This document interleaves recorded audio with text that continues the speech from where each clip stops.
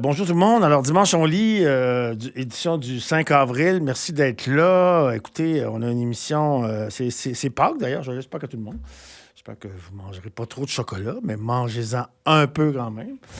Alors, on a une émission, comme d'habitude, passionnante, mais là, écoutez, c'est vraiment une émission qui va être assez intense.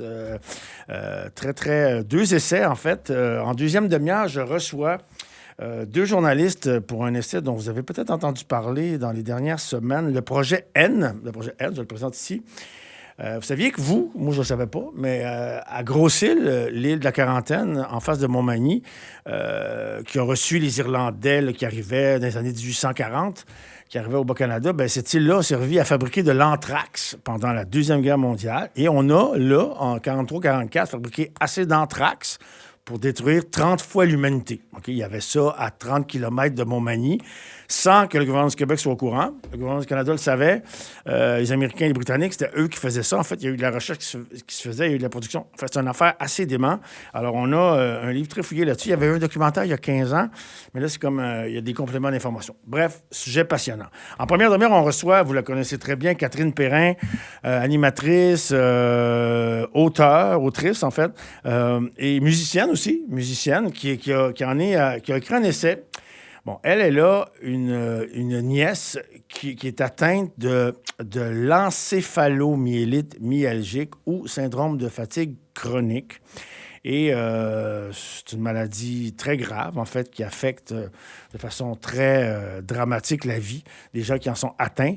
Il y a en Allemagne seulement 650 000 personnes qui sont atteintes de ça. Ça coûte 31 milliards à l'État allemand. Fait pour le Québec, on peut imaginer ce que c'est. Alors, c'est une maladie très grave. Alors, et là, Catherine a écrit un truc là-dessus, parler de sa nièce, parler de la maladie, puis juste comment on peut la soigner et tout. Alors, c'est un sujet, ça m'a beaucoup touché. Alors, j'espère que ça va vous toucher aussi. Alors, écoutez, prenez un café, installez-vous. Et on revient dans 2 minutes, puis on commence ça. Merci. Alors, de retour, oui, à Dimanche on lit. Joyeux Pâques tout le monde. Je rappelle que l'émission est en collaboration avec la librairie à lire, qui est à 3 portes d'ici. Les livres dont on parle à l'émission vont être en vitrine cette semaine. D'ailleurs, le livre dont je vous parle en première demi-heure, Clara est là, a été lancé le 1er avril, si je me trompe bien. Donc, il y a quelques jours. Donc, il est disponible en librairie partout, mais vous allez pouvoir vous le procurer ici à la librairie à lire. Vous allez le voir en vitrine. Là, il y a un petit comptoir pour les livres dont on parle à l'émission. Je remercie la librairie à lire, d'ailleurs. Alors, Catherine Perrin, bonjour. Bonjour, Denis. Merci infiniment d'avoir accepté mon invitation. Merci pour l'invitation. Ça me fait plaisir. Écoute, sérieux, j'ai été vraiment beaucoup flabbergasté par ton livre. C'est une maladie, comme beaucoup de monde, que je connaissais, mais de loin. J'avais énormément de préjugés.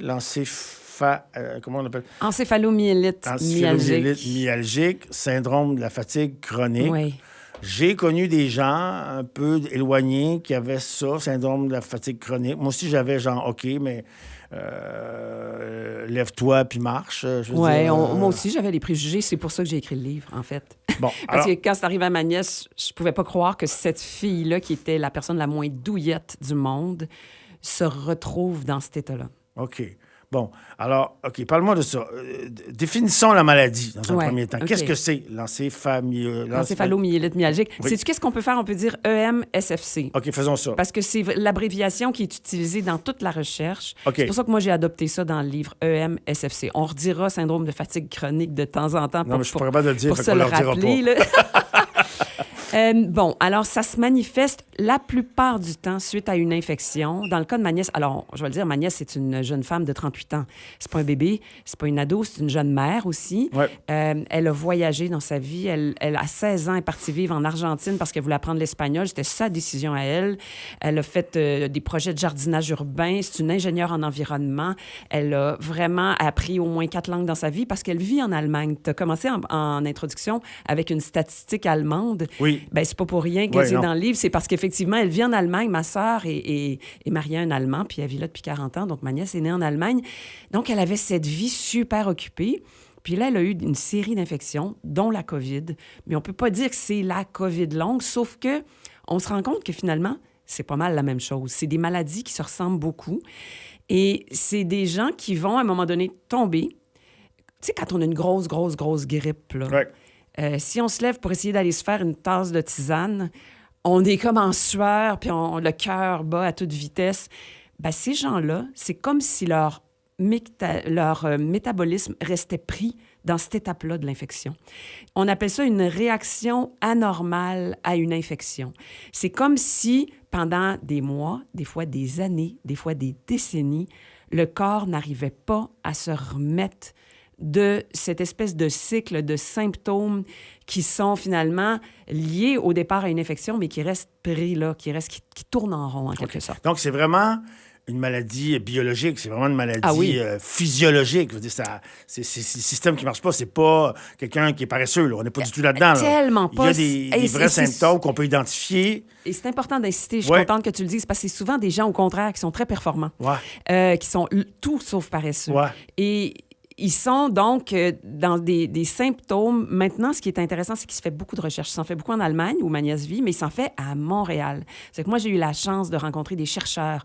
Une chercheuse sur la COVID longue, Liana Falcone, qui est à l'IRCM, et un grand chercheur sur l'EMSFC, donc sur la fatigue chronique, le professeur Alain Moreau, qui, lui, est dans la génétique.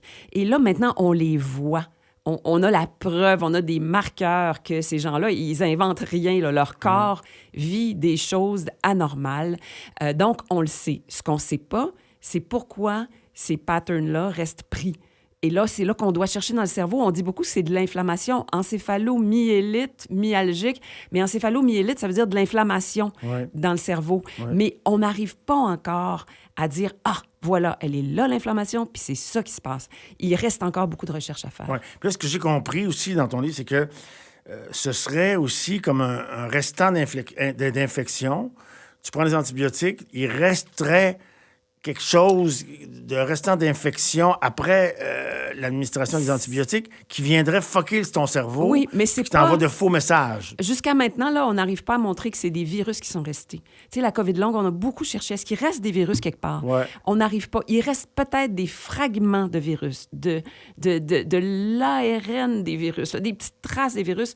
Mais ce qu'on commence à comprendre, c'est toute une mécanique et c'est bizarrement, ça part probablement de l'intestin qui est affecté par le virus, qui va être un petit peu perturbé, qui va laisser des microbes indésirables, et pas nécessairement le virus de la COVID ou de la mononucléose, mais remonter puis aller créer de l'inflammation dans le cerveau. On commence à comprendre cette mécanique-là, mais on ne l'a pas encore de A à Z.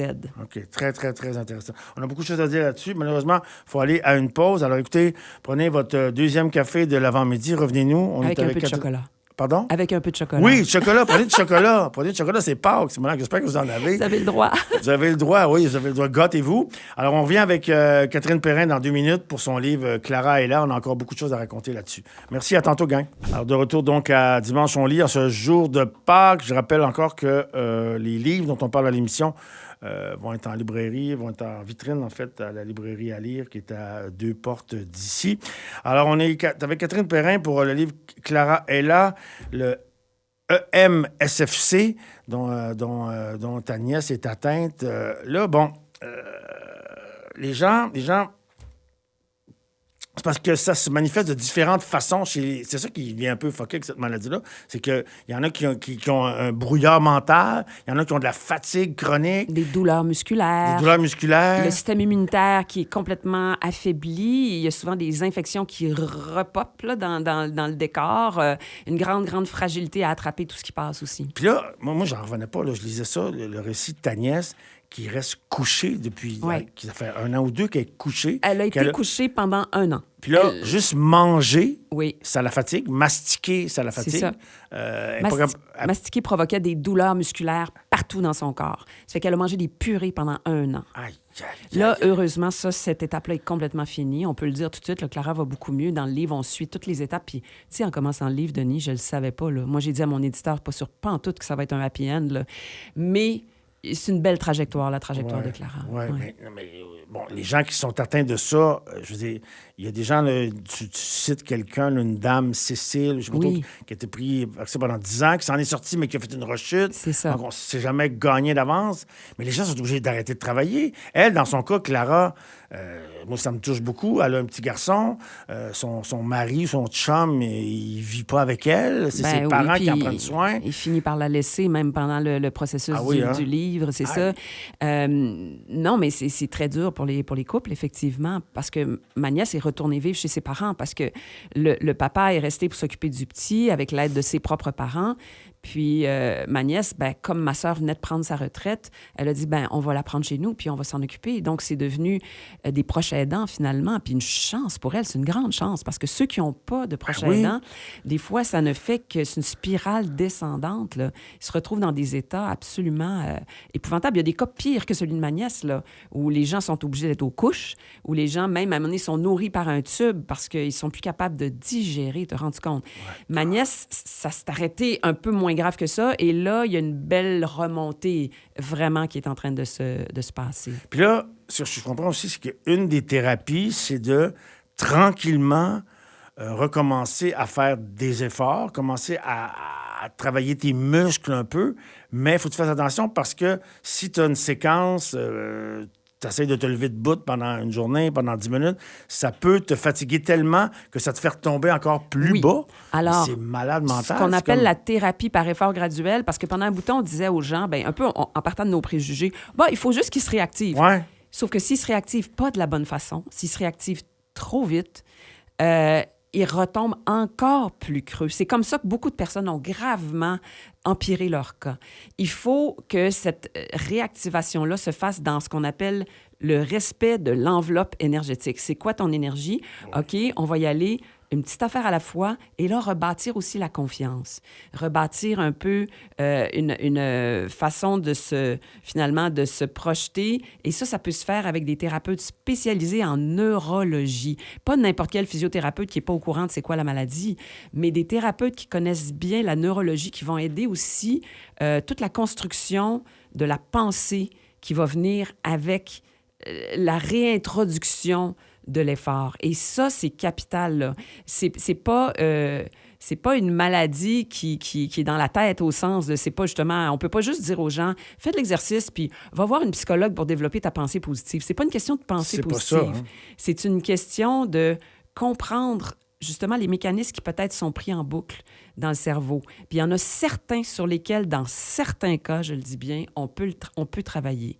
On ne peut pas imposer ça à tout le monde. Il y a des gens qui ne sont pas réceptifs à ça. Mais moi, je tenais à en parler de la thérapie, de la réadaptation neurologique en milieu spécialisé, parce qu'il y a des gens pour qui ça a super bien marché. Okay. Et il y a des gens qui sont prêts, qui sont capables d'envisager ça, mais il y en a d'autres, non. Puis c'est légitime. Ils ont le droit de ne pas vouloir aller là. Puis en ce moment, notre système de santé, il est un petit peu mal fait. Parce que des fois, on va décider à la place de la personne. « Ah, toi, c'est un problème neurofonctionnel. » On s'en va là. On s'en va là, mais la personne tombe dans le vide parce qu'il n'y a pas de moyen d'avoir une bonne réadaptation. Et ça peut encore plus nuire. Ça a beaucoup, beaucoup nuit à certaines personnes. Moi, ce à quoi je veux nous éveiller, c'est l'idée que ces outils-là de réadaptation neurologique soient beaucoup plus accessibles, parce qu'en ce moment, ils ne sont pas beaucoup, et qu'ils soient faits dans le respect de ce que la personne souhaite. Oui, parce que là, de ce que je comprends de la lecture de ton livre aussi, c'est que la recherche en est quasiment...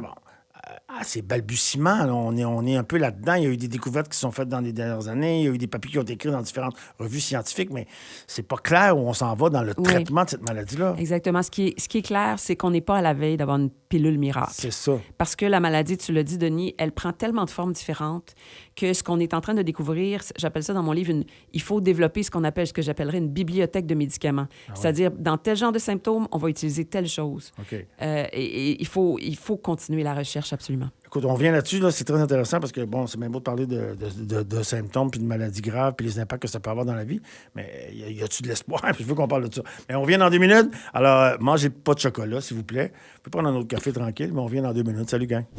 Alors, de retour, donc, Dimension Lit avec Catherine Perrin pour son livre très touchant, hein, je veux dire, ça a l'air bien technique, là. On parle de l'aspect un peu technique. Scientifique aussi, scientifique de la maladie. J'en reviens pas derrière, Catherine, la recherche que tu as dû faire pour écrire ce livre-là, là. Oui, non, c'était une grosse recherche. Ouais. Puis à un moment donné, je fais un genre de coming out de syndrome d'imposteur au milieu, mais j'ai vraiment pris beaucoup de précautions. Puis j'ai fait relire tout ce qui est scientifique, je l'ai fait relire par les chercheurs pour être sûr que ça représente bien là, leur travail. Mais quand tu dis très touchant, c'est Clara qui est touchante là-dedans. Hein? Bien, écoute, c'est bien parce que, tu sais, dans comment je te dirais ça, on a un point de repère dans le livre, tu sais, Le temps qui passe. Hein? Le temps qui passe. Oui, le temps qui passe, mais aussi, on a une personne à qui s'identifier où tu reviens tout le temps. Tu sais. Oui. Là, tu pars dans les recherches, tu nous expliques où ça en est, puis qu'est-ce qu'on pourrait faire. Puis là, mais on revient à Clara, toujours. Tu vas la voir. Puis ça nous... en tout cas, le public, on est happé par ça. Moi, ça m'a beaucoup touché, le destin de Clara là-dedans. Donc, revenons... où est-ce qu'on s'en va, là, les remèdes? Où est-ce qu'on en est aujourd'hui? Oui, tout à l'heure, avant la pause, je parlais de l'idée de développer ce que j'appelais une bibliothèque de médicaments parce que les symptômes sont très variés. Puis là-dessus, il se fait des recherches super intéressantes. On prend des molécules que l'industrie pharmaceutique a déjà développées pour d'autres choses, des fois qui sont utilisées pour d'autres conditions. Et on les applique à certains symptômes parce qu'on se rend compte que dans la chimie moléculaire, elles ont un effet qui peut venir soulager les symptômes. Okay. Et ça, ce qui est terrible, c'est qu'on est juste au début, mais c'est très prometteur. Okay. Il commence à y avoir là, ce qu'on appelle des essais cliniques pour essayer de vraiment de cibler un médicament, de le tester sur des malades. Il y en a qui ont malheureusement échoué. Il y en a qui sont un petit peu plus prometteurs. Il s'en fait beaucoup en Allemagne. Il s'en fait dans d'autres pays comme l'Australie, l'Angleterre, de la recherche sur l'EMSFC, le syndrome de fatigue chronique. Mais il s'en fait, je le disais, à Montréal aussi. Et entre-temps, ce qui est pas facile, c'est qu'il n'y a pas beaucoup de solutions thérapeutiques, je dirais, claires et évidentes, qui sont sûres d'apporter une amélioration. Il y en a juste une qui est certaine de ne pas empirer les choses. Et c'est pour ça que c'est la recommandation principale des guides de bonne pratique en ce moment.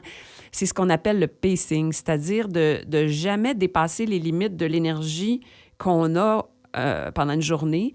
Et ça veut dire d'être toujours un petit peu en train de...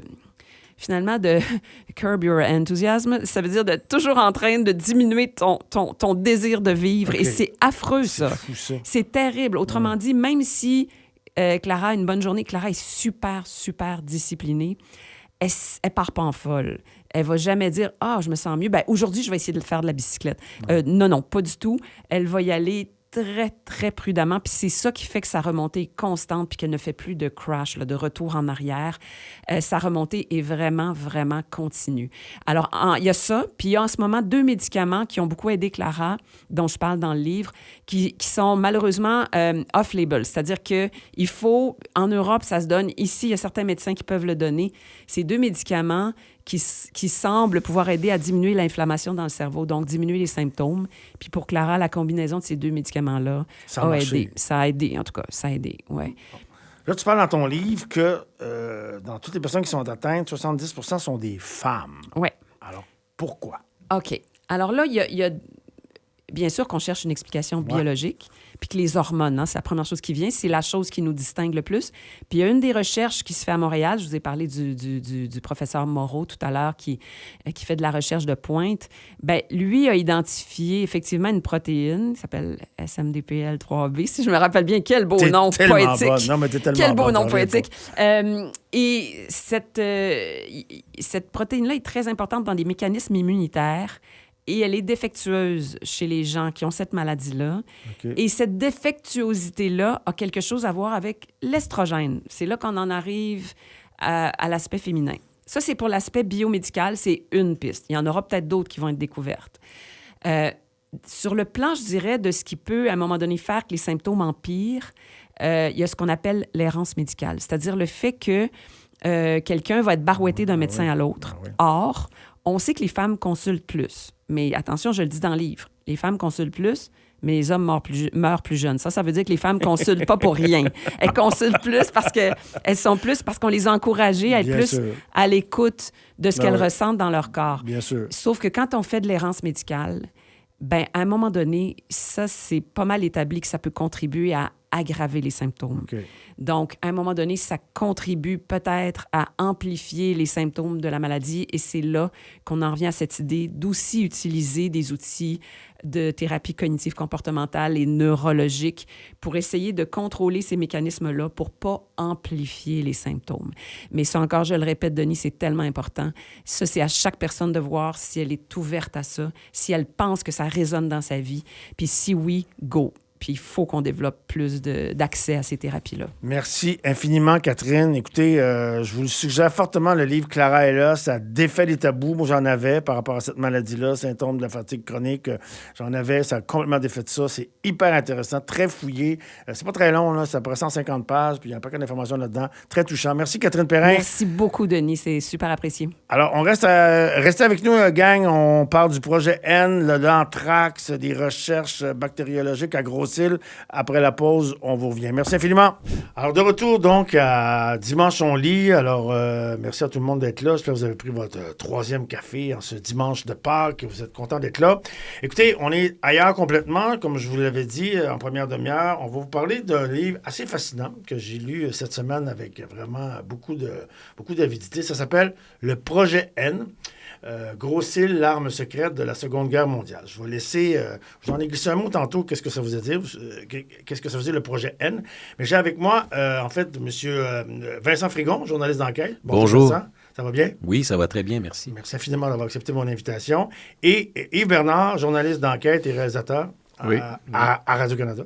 Oui, j'ai été pendant plusieurs années, mais là, en dernier, j'avais ma boîte de production documentaire avec qui j'ai réalisé le documentaire Le Projet N, il y a une dizaine d'années avec Vincent. Ouais, parce que c'est ça. Bon, là, il y a un livre aujourd'hui, mais ça fait suite à un documentaire qu'il y a eu, c'est ça, il y a une 10-12 ans à peu près. Oui, c'est ça. On voulait aller un peu plus loin parce que le documentaire, bon, ça passe vite. Il y a des gens qui ne l'avaient pas vu. Puis, on avait tellement d'informations, de témoignages aussi qu'on voulait... OK. Sautons tout de suite... c'est quoi le projet N? Allons-y, là, globalement. Là. Je ne sais pas qui veut commencer, mais alors, c'est quoi le projet N? Projet N, d'abord, pourquoi projet N? Ben, N, vous savez, les militaires ont des codes pour tout. Alors, N, c'était le code militaire pour anthrax, donc une bactérie qui a été utilisée pour fabriquer... C'était la première tentative de fabrication de masse d'une arme de guerre biologique. Alors, N, c'était tout simplement le code. Donc, le projet N, c'était cette tentative-là qui émanait de... En fait, c'était le premier ministre Winston Churchill. Là, on est... L'anglais. Anglais, et il faut penser, là, on est au cœur de la guerre, là, de la Seconde Guerre mondiale. Ouais. Ça va pas bien pour les Alliés à ce moment-là. Et Winston Churchill veut avoir des solutions, des plans, et il demande un arsenal de guerre biologique. Donc, 1,5 million de bombes à l'anthrax. Donc, ça, c'était pour essayer de renverser la guerre, éventuellement, si les choses vont plus mal. Et surtout aussi pour éliminer les populations civiles allemandes. Et là, on ne visait pas les militaires. C'est ça qui est un peu aberrant, un peu quand on parle d'armes de destruction massive, viser des populations civiles. Donc, c'était comme une sorte de première en projet. Okay. Oui, c'était une première tentative parce qu'une arme de guerre biologique, une bactérie, un virus ou ça cible tout le monde. Hein. Il n'y a pas bon, méchant, il n'y a pas de différence. Donc, c'était une arme qu'on devait utiliser contre des civils. Et là, on avait tenté de produire cette arme-là côté britannique. On avait fait des tests sur une petite île en Écosse, Grenard. Ça s'est très mal passé. Il y a eu une contamination, des troupeaux qui ont été dévastés. Alors après ça... Le problème, oui, c'est ça. Sur l'île de Grenard, en Écosse, ils ont jeté des grenades remplies d'anthrax. Ça marchait. Ils ont tué tous les moutons. Le problème, c'est que les spores d'anthrax ont quitté l'île et se sont répandus sur la côte. Alors Churchill a dit, on arrête tout. Il y a eu des morts? Il n'y a pas eu il y a eu du bétail. Il y a eu du bétail, mais tout de suite, on a dit, Churchill dit, on arrête tout. C'est trop dangereux. Okay. On envoie ça dans notre colonie. Et notre colonie, c'était le Québec. Et il faut penser que c'était très secret. On n'avait pas dit, évidemment, à la population qu'il y avait ces tests-là. Là. C'était... Je comprends. Donc, c'est de la recherche militaire. On fait de la recherche militaire. Bon, comment on part d'Angleterre, puis comment on aboutit à Gros-Île? Je rappelle à tout le monde, Gros-Île, c'est aujourd'hui un parc Canada. À l'époque, au 1840, c'est ce qu'on appelait l'île de la quarantaine. Donc, les gens qui débarquaient ici, à l'époque, c'était le Bas-Canada, qui pouvaient avoir des maladies. On les arrêtait à Gros-Île, puis ils pouvaient rester là, dépendamment des maladies qu'il y avait. Mais pendant quelques années, là, au courant des années 1840, il y a eu énormément de morts. C'est le choléra, je pense, qui le typhus, je pense, aussi. Ouais, il y avait le typhus aussi également. Typhus. Alors, il y a énormément... C'est très touchant là, pour ceux qui sont déjà allés peut-être à Gros-Île aujourd'hui. C'est un parc qu'on peut visiter. Mais personne... Moi, je suis allé il y a quelques années, c'est ça, puis personne ne m'a jamais parlé de cette affaire. affaire-là du projet N. Mais comment on en vient donc? Pourquoi c'est sur Grosse-Île qu'on a décidé de faire ces recherches-là? Bien, alors, lorsqu'on a constaté un peu cet échec-là du côté britannique, on dit on va aller au Canada où il y a plus d'espace. Et pourquoi Grosse-Île? Bien, vous l'avez un peu évoqué, c'est-à-dire qu'il y avait déjà des installations sanitaires. Okay. Parce que les personnes qui arrivaient en quarantaine, il fallait tout désinfecter. Donc, il y avait de l'équipement pour faire ça, pour produire des spores d'anthrax. Les spores d'anthrax, là, donc, on appelle le bacille du charbon, c'est une bactérie. Donc, il fallait la produire de manière massive. Donc, il y avait ce qu'il fallait, c'est-à-dire des espèces d'autoclaves, des gros contenants hermétiques, là, comme des gros presto plutôt, pour contrôler la production.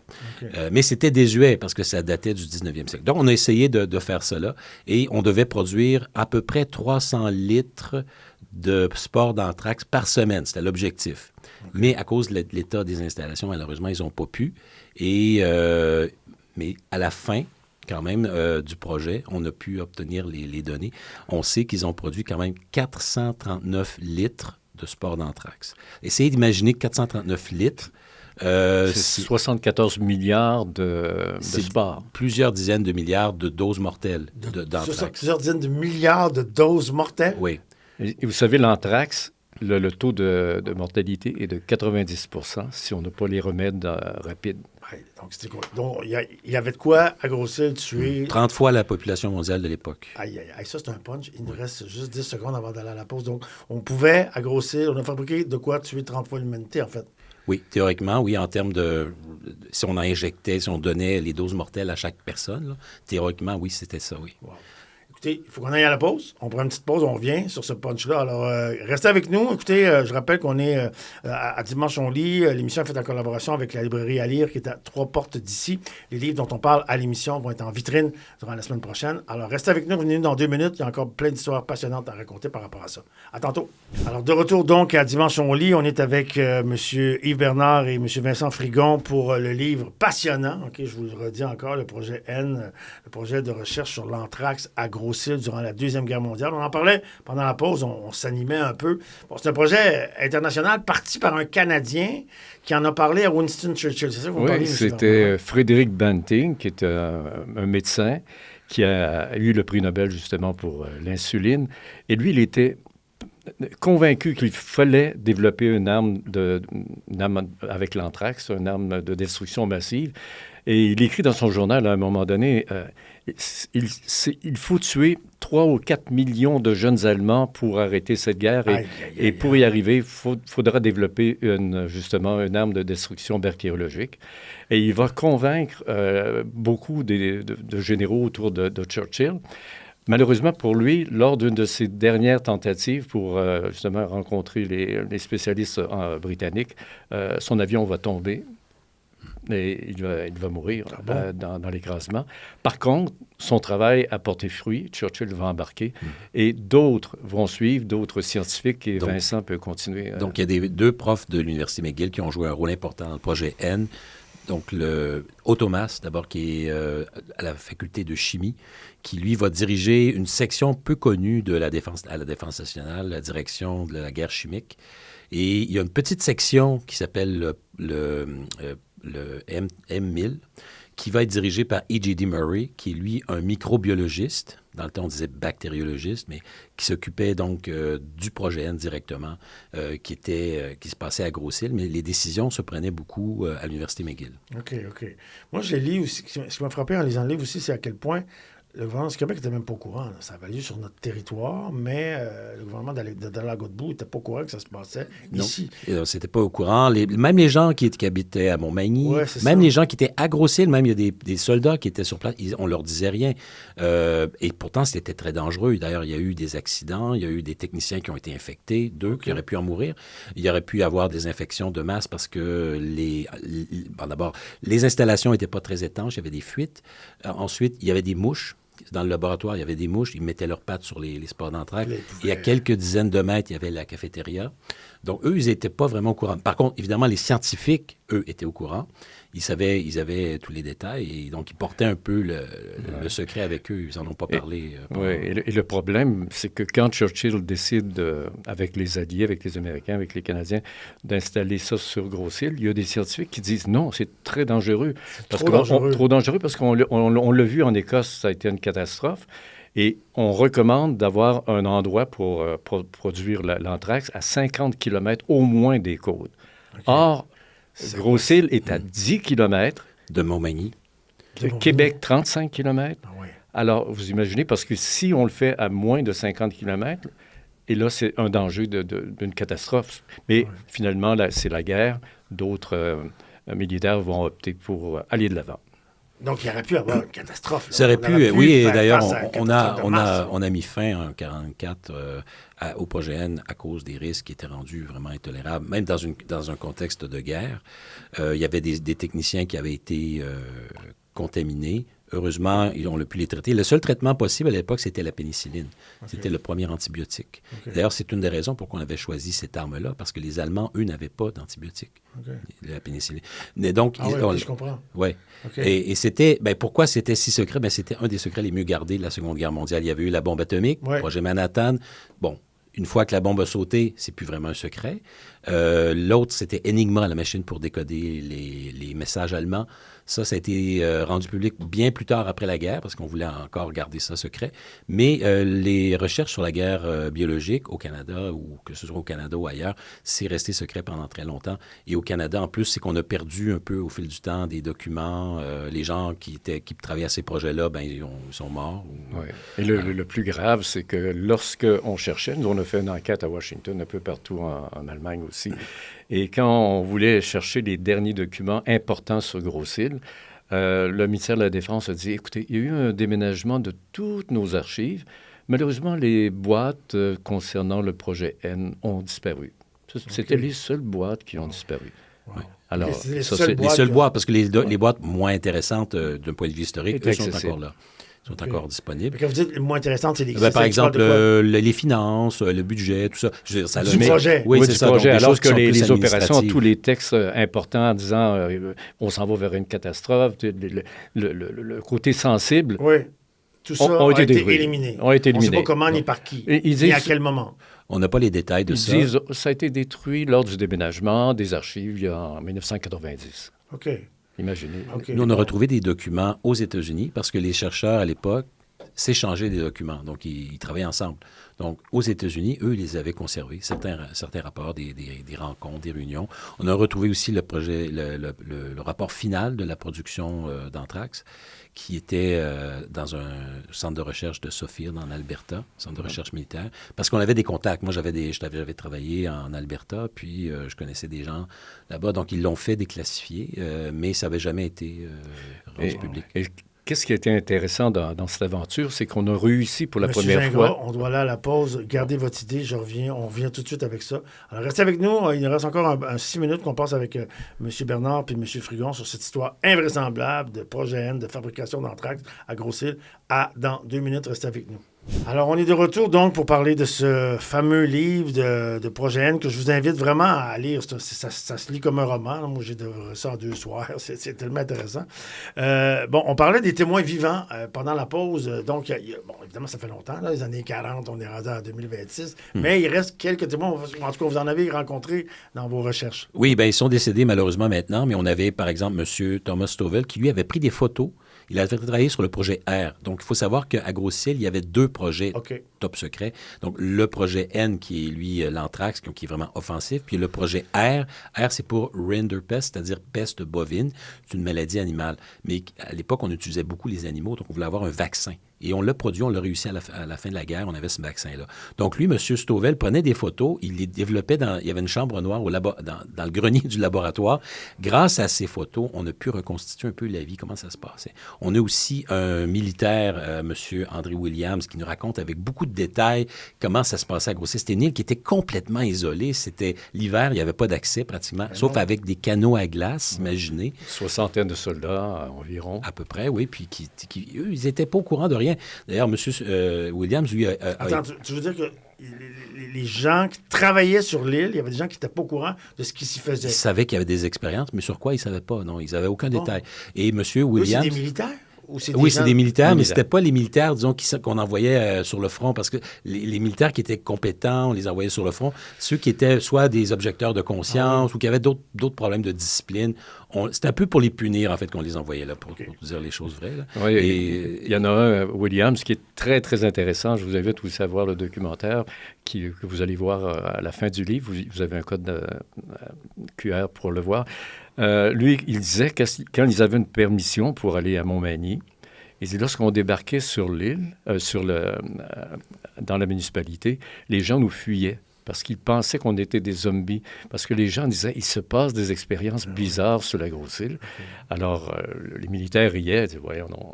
Ils retournaient, mais eux ne savaient vraiment pas l'objectif final. Alors, M. Williams, on pense qu'il a été contaminé parce que lui, c'était un mécanicien, il réparait la pompe qui était dans le laboratoire d'anthrax. Il a été tout de suite, il s'était coupé, il y avait une petite blessure, et il a été malade pendant 3 jours, fièvre totale, et on ne sait pas exactement qu'est-ce qu'il avait, mais ça ressemble en tout cas à des symptômes parce qu'on lui disait de faire très attention justement à ça.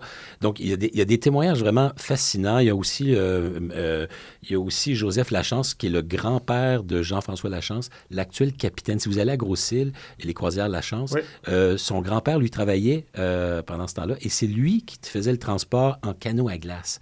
Mais on lui avait demandé de transporter à un moment donné un contenant d'anthrax. Et il ne le savait pas. On lui a appris, en fait, parce qu'il nous a décrit très en détail le contenant, puis nous, on sait que c'était pour transporter ça. Et imaginez un peu, c'est complètement fou. Là, il faut penser aussi là, au secret qui entourait l'île. Et tous les scientifiques devaient signer un papier comme quoi ne jamais en parler de toute sa vie. Et lorsqu'on a réussi à retrouver M. Thomas Stovall, qui est notre principal témoin, écoutez, on a réussi à le rejoindre par téléphone à Kitchener, en Ontario. Il répond, « Est-ce que vous êtes M. Stovall qui a travaillé au laboratoire? » Il y a un grand silence. M. Stovall dit, « J'attendais votre appel. » Sa femme venait de mourir depuis une semaine. Il dit, « Maintenant, je suis prêt à parler. » OK. Et c'est incroyable. Et ça a été le déclencheur de notre enquête. Est-ce que c'est lui qui a dit, parce que dans le livre, je me rappelle d'un témoignage fascinant, est-ce que c'est lui, M. Stovall, qui a dit on a passé proche vraiment d'une catastrophe, d'une C'était ampleur M. Dubois mondiale. Jenkins, un autre vétérinaire, Dubois Jenkins, un Américain, qu'on a rencontré. Malheureusement, on changeait de cassette pour l'enregistrer. Il l'a pas dit à la caméra, mais il l'a dit, Yves. Oui, c'est ça. On enregistrait quand même l'audio, mais... c'est qui, c'est M. Jenkins? Jenkins était un des vétérinaire, vétérinaire américain. Un témoin important. Il était avec Thomas Stovall sur le terrain. Et là, il s'est mis, à un moment donné, il dit, écoutez, sa voix a commencé à trembler. Là, il s'est mis comme à pleurer en disant, on aurait pu tout détruire. Pourquoi on a fait ça? On n'aurait pas dû. On n'aurait pas dû. C'était très... on était secoués, nous. 60 ans plus tard, lui disait ça. Ah oui, il était encore très ému par ça. C'est la première fois qu'il en parlait aussi. Alors, l'omerta existait. Et malheureusement, elle existe encore un peu quand on demande au gouvernement... Pourquoi vous rendez... Parce qu'il y a des archives encore secrètes que le gouvernement refuse de rendre accessibles. Alors ça, il faut poser des questions. Parce que je me rappelle que dans le livre, vous en parlez de ça, quand vous avez publié le documentaire autour de 2010, il y a eu une question qui a été posée par un député du Bloc québécois à la Chambre des communes d'Ottawa, M. Bernard Bigras, au ministre de la Défense de l'époque, qui a répondu vaguement avec une pirouette. Des nuages. Oui, il voulait avoir des précisions sur ce qui est arrivé avec l'anthrax qui avait été... selon M. Stovall, on aurait mis un solvant, du formaldéhyde, on l'aurait mélangé pour ensuite le jeter dans le fleuve. On l'a jeté dans le fleuve. Oui. On s'est tout débarrassé de ce qui aurait pu tuer 30 fois l'humanité, on l'a foutu dans le fleuve. C'est ce qui serait arrivé, mais on n'a pas de preuve écrite de ça parce qu'on n'en a pas trouvé. Peut-être qu'il y en a quelque part, mais... Si c'était dans des barils, ça roulait jusqu'à la mer. Et il faut comprendre que les sports d'anthrax militaires, comme ceux qui ont été utilisés, ont une durée de vie d'environ 100 ans. Wow. S'ils n'ont pas été détruits correctement, effectivement. Oui, merci, messieurs. C'est tout le temps qu'on a, malheureusement. Il faut vraiment... Écoutez, vous avez été... J'ai sûrement piqué votre curiosité, là, gang. Je vous invite vraiment, le projet N. À la fin aussi, il y a, comme M. Gingras l'a dit, il y a un code QR qui vous mène directement au documentaire qui a été fait en 2010. Donc, c'est passionnant, OK? Allez acheter ça. Donc, merci d'avoir été là. C'est Pâques. Allez acheter du chocolat. Je rappelle que les livres dont on parle dans l'émission vont être en vitrine cette semaine à la librairie à lire, qui est à 3 portes d'ici, sur la rue Saint-Charles. Merci, messieurs. Merci d'être venus dans mon émission. Merci de l'invitation. Bon dimanche de Pâques, tout le monde. Salut, gang. FM 103.3